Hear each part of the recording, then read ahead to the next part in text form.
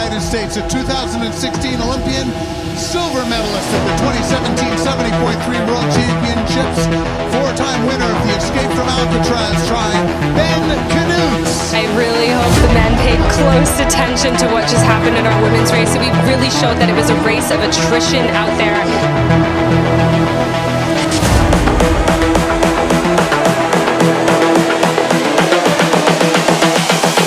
This is the future.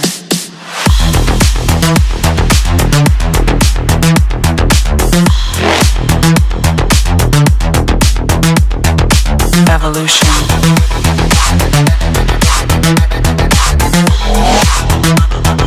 This is the future.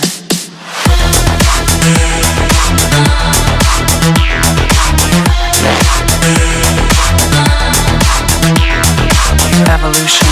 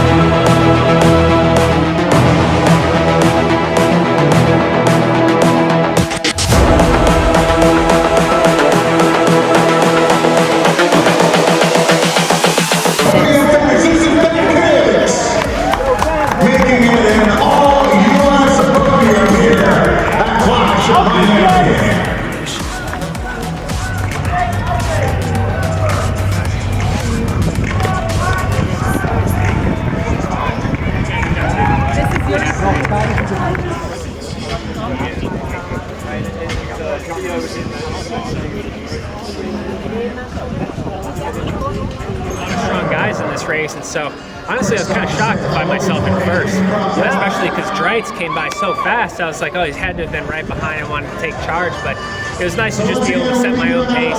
Sam came by pretty strong and wasn't going to let him just put free time into me, so stuck with him. Might have paid for that just a little bit. All right. Again, third place. Flash Miami. This speedway is pretty good to me, but man, I knew that was going to be just a hard day with it being so hot. That's brutal to start the year off with. I mean, they were saying the track temps were probably around 100 degrees. You know, the wind helped out, but that tarmac is hot. And watching the women, I mean, it looked like, you know, the second half of the marathon in Kona out there with people walking, dropping out. And so I prepared myself. Like, I cut holes in my hat. It's like, because my coaches were telling me to wear a visor. I'm like, I don't have a visor, so I improvised because I just knew it'd be so hot. But yeah, I mean, the swim was solid. I just don't have that speed that Aaron and Jonas have. And they went for the swim preem and kicked it in, and I just lost their feet. So I just swam strong and steady, and that was kind of the name of the game for the day for me. The bike, again, strong and steady. Rode pretty much the same as last year, power-wise, I think, which is pretty good considering I think that I'm like kind of stronger endurance-wise, but high-end stuff is not as good as I was last year at this time. So that was good, and I showed some really good strength to hang with Sam at the end of the bike. But for me, it was mainly just like management, like core temp. I didn't want to overheat.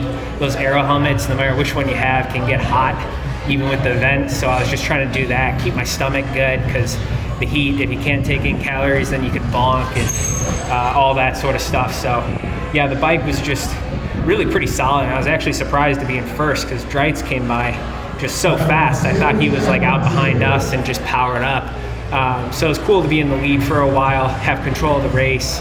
But yeah, I saw Sam go for the T2 coming in. After that last lap, I kind of spun, just tried to get myself ready for a hot run. So I kind of ducked it, got through T2 super fast. I'm like, I'm not letting Sam beat me. I'm like, he might be strong right now. He's training for St. George Ironman World Champs in May. So I knew he was fit and he was fired up.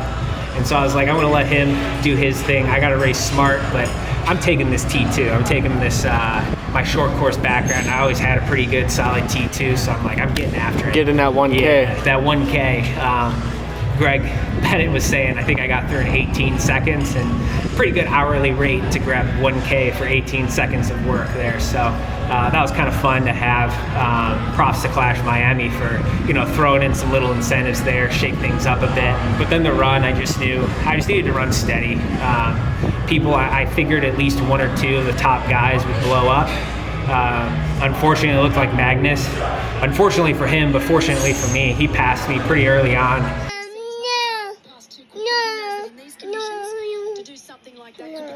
So he's just going past. He's starting to pick it up now as he's gone past, just to open it up a little bit. No, don't pass Dada. Just so Ben Canuck doesn't think about going with him. No, don't pass Dada. And I was like, just keep running. Like, I knew that I was capable of running with him, but I'm like, I just got to run my race.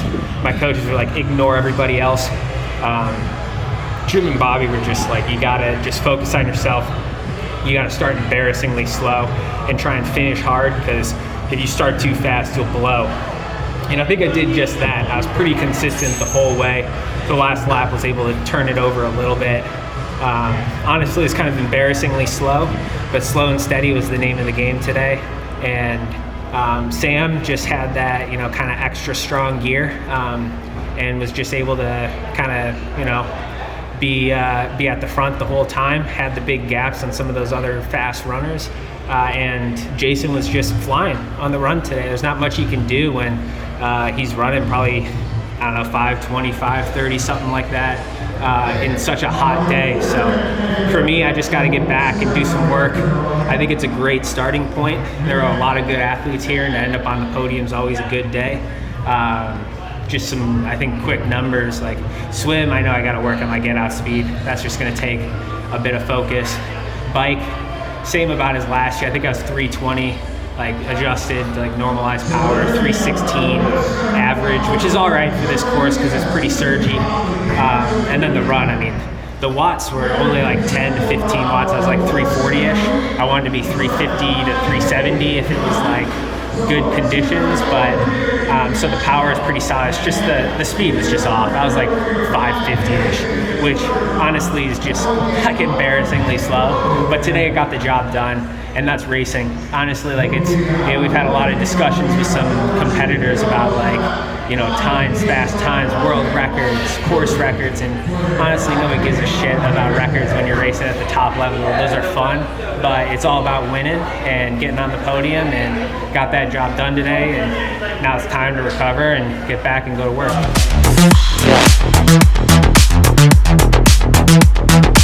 Evolution.